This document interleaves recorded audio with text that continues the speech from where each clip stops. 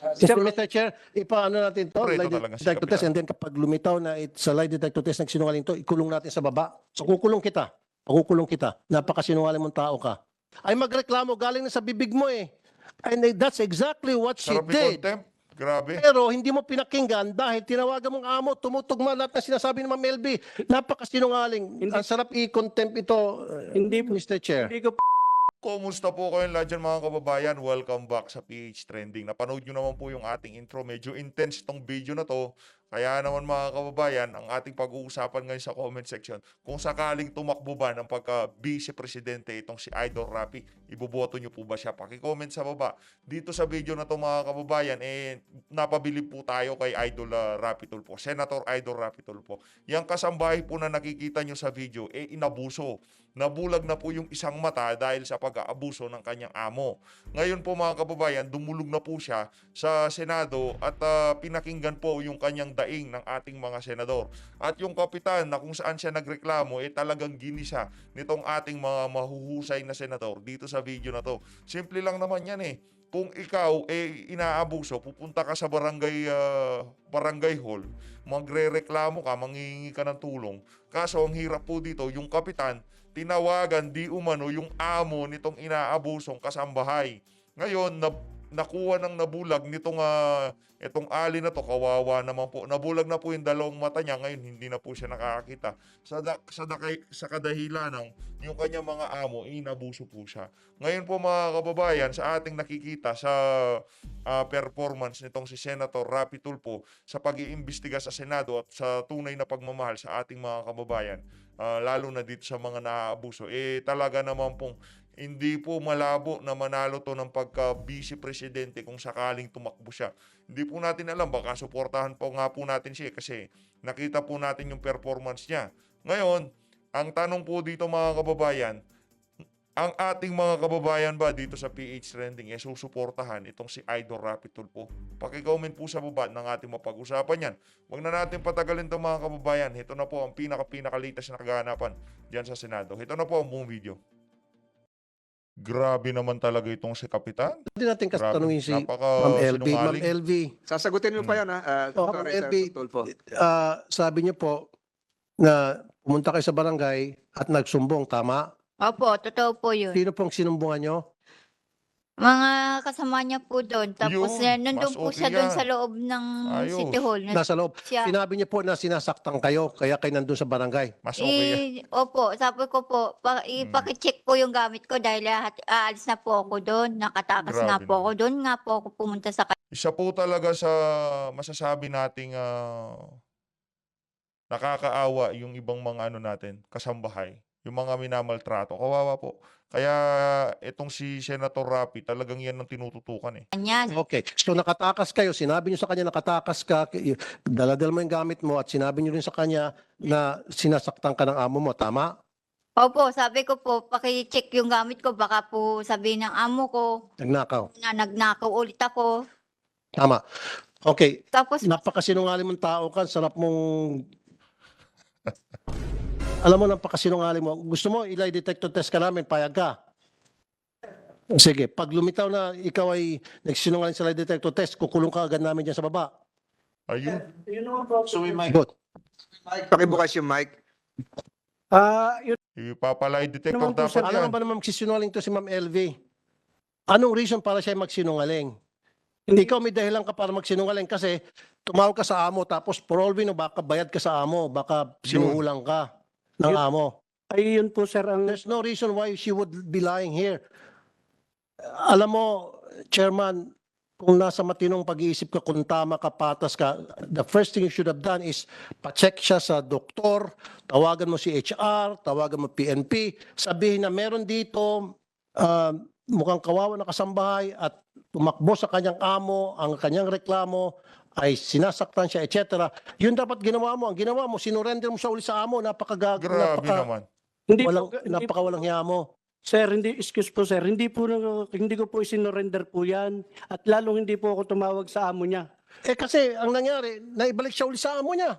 Ayun. Kasi kung ganong sitwasyon, kung sa akin yung kung ako si barangay chairman, may dumating sa aking kasambahay, kaawa-awa yung sitwasyon, madumi, sabi mo parang taong grasa, ipapacheck ko muna sa ospital, hindi ko muna payagan na sumama sa Tama, amo. tama.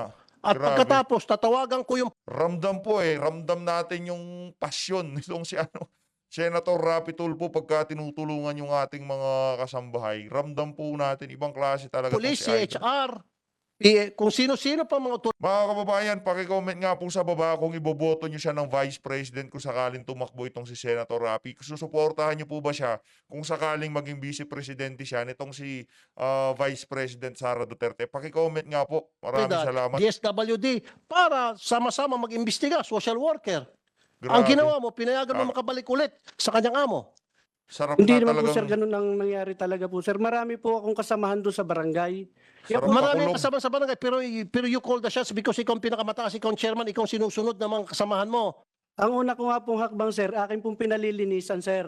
Hindi po yung totoong... Pero sinabi na nga ng kasambahay yung kanyang sitwasyon na siya'y naglayas, na meron siyang dalang mga gamit, tinignan yung gamit, baka mamaya sabihin na nagnakaw ako.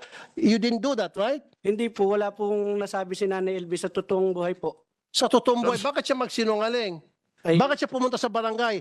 Ibig mong sabihin, pumunta sa barangay, naligaw lang? Basta na pumunta sa barangay dahil namamasyal? hindi nga Tama. po namin... Anong reason ba siya pumunta sa barangay? There should be a reason bakit yung isang tao pupunta sa barangay.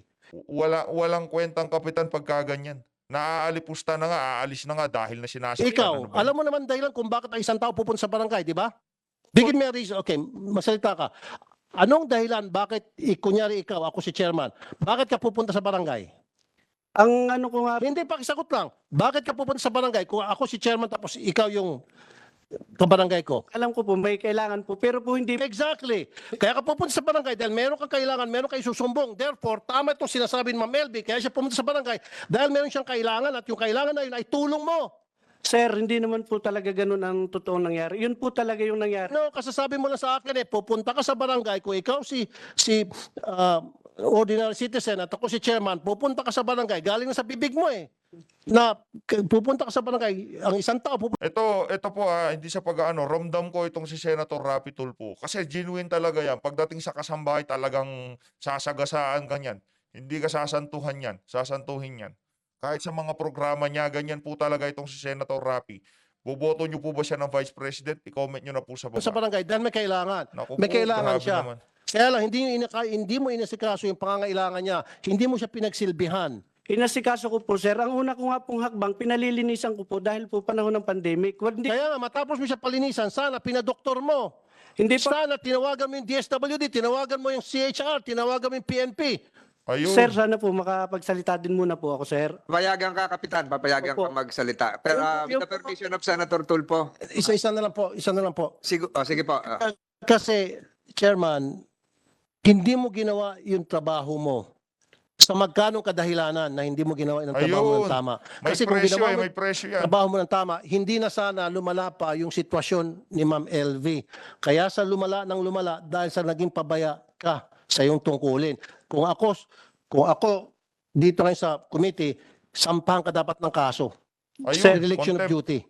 Ayun. Ayun po naman, sir, ay nasikaso po namin. Hindi pa nga po siya nakakapagsalita. Dumating na po yung kanyang amo. At sinabi po niya na sinusundan niya at Baka nagsumbong ka. Baka nagsumbong ka dun sa amo niya, kaya nandun siya kaagad. Yun lang yun no. nakaalis Baka po sa nagsumbong kanilang ka. tindahan. Yung Di mas sinanay- lalo nung dumating yung kanyang amo, mas lalo ka dapat magtaka. Saan sinabi mo sandali lang, hindi mo ba sila pinag-uusap? Wala naman pong naging reaksyon si Nanay LV. Sumama po naman siya ng kusa sa amo Siyempre niya. takot na. Hindi, posible naman yan. Kaya nga siya lumayas, tapos sasama ng kusa. Wala pa nga po, Senator, na siya reklamo po sa amin. Mr. Chair, ipaano natin. Wala pa ngang reklamo, nagpunta yung nung amo niya, natakot na siyempre ito talaga si Detector test, Kapitan. and then kapag lumitaw na sa lie detector test nagsinungaling to, ikulong natin sa baba. So kukulong kita. Napakasinungaling mong tao ka. Kapitan, kilala mo ba yung amo ni LB? Ano po yun? May tindahan po sila. Yun lang po ang aming pagkakilala. Pero ni number po nila, wala po kami. Hindi, kilala mo. Kilalo po. Kilalang tao yan doon.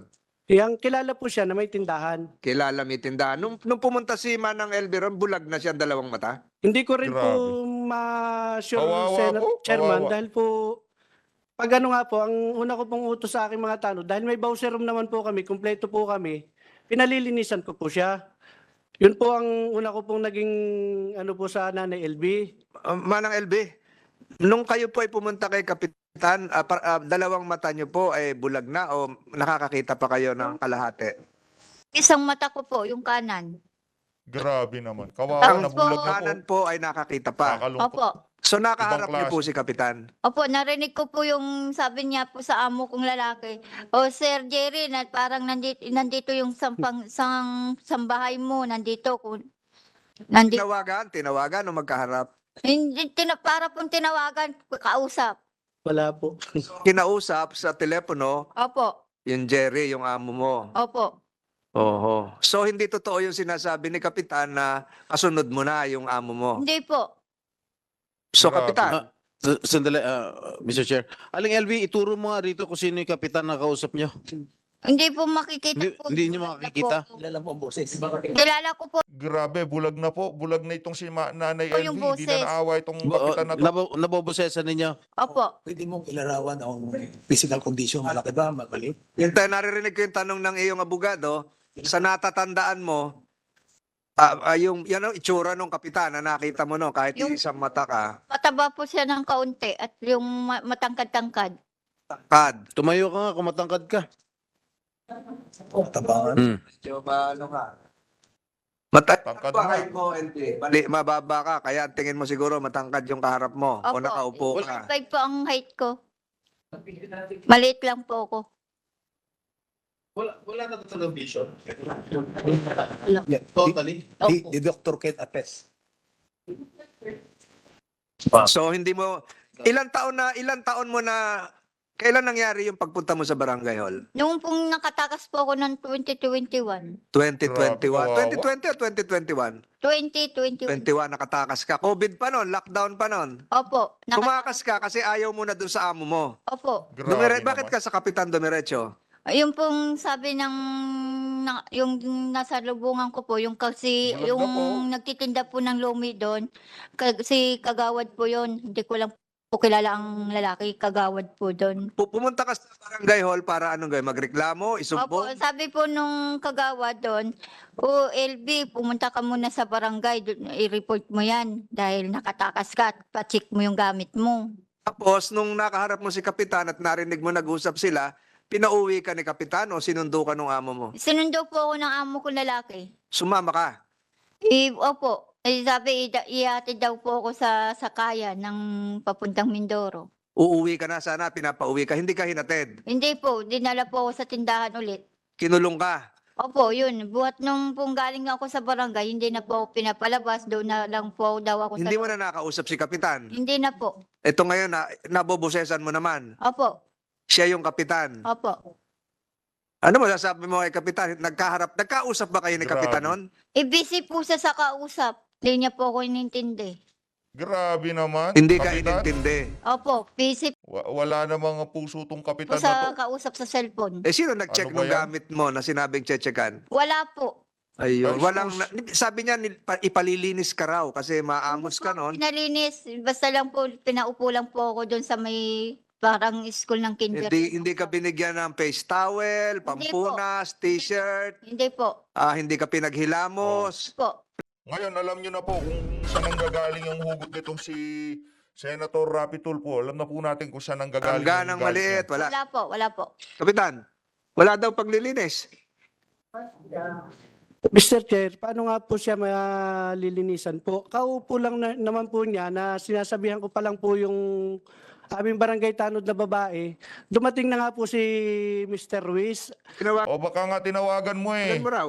Hindi po, wala po akong pangyayari tumawag po na Paano nalaman ni Mr. Ruiz na nandun si Aling LV sa Barangay Hall? Sinusundan na daw po yung pala ng kanyang amo Hindi at totoo nakatakas yan. nga daw po.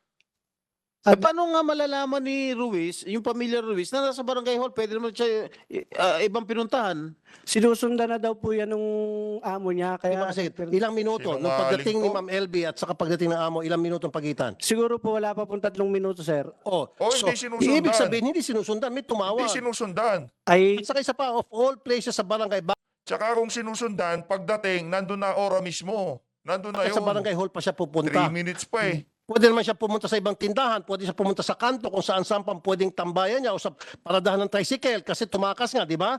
Bakit hindi pumunta sa paradahan ng tricycle, paradahan ng jeep? Bakit sa barangay pumunta? Kasi tinawagan mo, ungas ka talaga. Hindi ko po yung tinawagan, yan, Senator. Kahit po, Hindi nga, di ba, logic lang to, logic lang. Ang isang kasambahay na tumakas, hindi usually pupunta sa barangay hall. Tama. Okay? Ang isipin ng mga amo na tumakas ang kasambay, pupunta yan sa sasakayan ng tricycle, sakayan ng habal-habal, sakayan ng jeep, o bus, doon pupunta. Doon dapat unang pinuntahan. Hindi, agad-agad pumunta sa barangay kasi may tumawag at ikaw yon. hindi po ako tumawag, Mr. Senator. Napaka ano naman. Pagkatapos nung pagkakaharap nyo Sarap nga may na contempt. inuuwi uli si Aling LB sa kanyang amo, nagkaroon ka ba ng pagkakataon mag-follow up? Pasyal daw. Okay na, Mr. Ruiz. O, kumusta na yung nagpunta sa atin? Anong kalagayan na niya? Ako bilang kapitan dito, ako yung ama ng barangay. Gusto ko malaman ang katatayuan ng maamos na nagpunta sa atin Tsaka dapat hindi ka agad bibigay dun sa amo. sa barangay. Ginawa mo yon? Hindi. Ang alam ko nga po kasi maganda naman po yung dating ni Jerry Ruiz, hindi naman po bastos. Pero maamos ka mo eh. Ang maamos, ang medyo magutin po sila na LB po talaga. Pero hindi ka na nag-follow up na bilang ama ng barangay. Kumusta yung nagpunta sa amin na Manong Jerry? Nabihisa na ba yan? Ano bang kalagayan niya? Nakikita ko parang bulag na. Walang ganon. Yun po ang hindi namin napalo. Kasi nga po, ang paalam niya po sa amin talaga, naihatid na po sa pamilya. Ang sabi pa po niya, sa conception niya ihatid. Yung sinasabi po ni Nanay LB. Ihahatid ni Jerry sa pamilya. Opo, at So hindi ka nag-follow up. Jerry, naihatid mo na ba? yun po ang hindi na po. Yun po Di talaga- barangay patrol Ayun. tayo, di ba? Wala po kaming barangay patrol. Lakad lang po kami at saka po sariling motor lang. So wala nang pagpa-follow up kung nakauwi o hindi. Nagtaka na lang kayo, magkakaharap kayo dito, nandoon ka po pala. Yun po ang katotohanan, Mr. Chair. Talaga pong ang alam namin na kauwi niya. Kaya po, wala naman pong dumadating sa barangay na para magreklamo po na may bugbugang nangyayari po doon sa kanilang tahanan. Yun na nga, magre-reklamo Mr. siguro. Chairman, Baka rehistrado pa, nagrehistro pa to, magboboto pa sa eleksyon ng barangay ito. Mr. Na Chair. ngayong September, Oktubre, Senator Tulfo. Huwag Okay. nyo nang iboto yung kapitan Ulitin na ko yan. ulit, ibang question naman to. Palagi ikaw, kunyari ikaw sa sitwasyon niya, madalas kang binubugbog ng iyong amo. And then nagkaroon ka ng pagkakataon na para Ayan. makatakas. Pagdating mo sa barangay, anong unang-una mong sasabihin? Kung ikaw, si Ma'am LV. Tulungan nyo po ako. Hindi, wag na, sagutin mo na sa akin. Ulitin ko, madalas ka nang binubugbog, sinasaktan, lahat na ginagawa sa inuuntog ulo mo, tinutusok mata mo, etc. etc. And then, nagkaroon ka ng pagkakataon na makatakas. At nung makatakas ka, pumunta ka sa barangay. Anong unang-unang lalabas sa bibig mo pagdating mo sa barangay? Tulungan nyo po ako. Magre-reklamo po. Exactly. At yun ang ginawa niya. Na kinukontra mo ngayon, stupido. Hindi pa po nakakapagsalita po si Nanay LB. Nakaupo lang po yan nung dumating po ako. Ang una ko po Hindi, ikaw na mismo nagsabi. Ang una mong gagawin, kung ikaw sa sitwasyon ni Ma'am LB, ay magreklamo galing na sa bibig mo eh. And that's exactly what she Sarap did. i-contempt. Grabe. Pero hindi mo pinakinggan dahil tinawagan mong amo, tumutugma lahat ng sinasabi ni Ma'am LB. Napakasinungaling. Ang sarap i-contempt ito, Hindi po. Mr. Chair. Hindi ko po tinawagan, Mr. Kasi Senator. it defies logic. Lahat ng sinasabi niya, pwede natin Ayun na nga no, mga kababayan, dito na po natin tatapusin ang ating reaction video sa pag-iimbestiga nitong Senado kaugnay dun sa naubusong kasambahayan. So always, ingat po kayong lahat.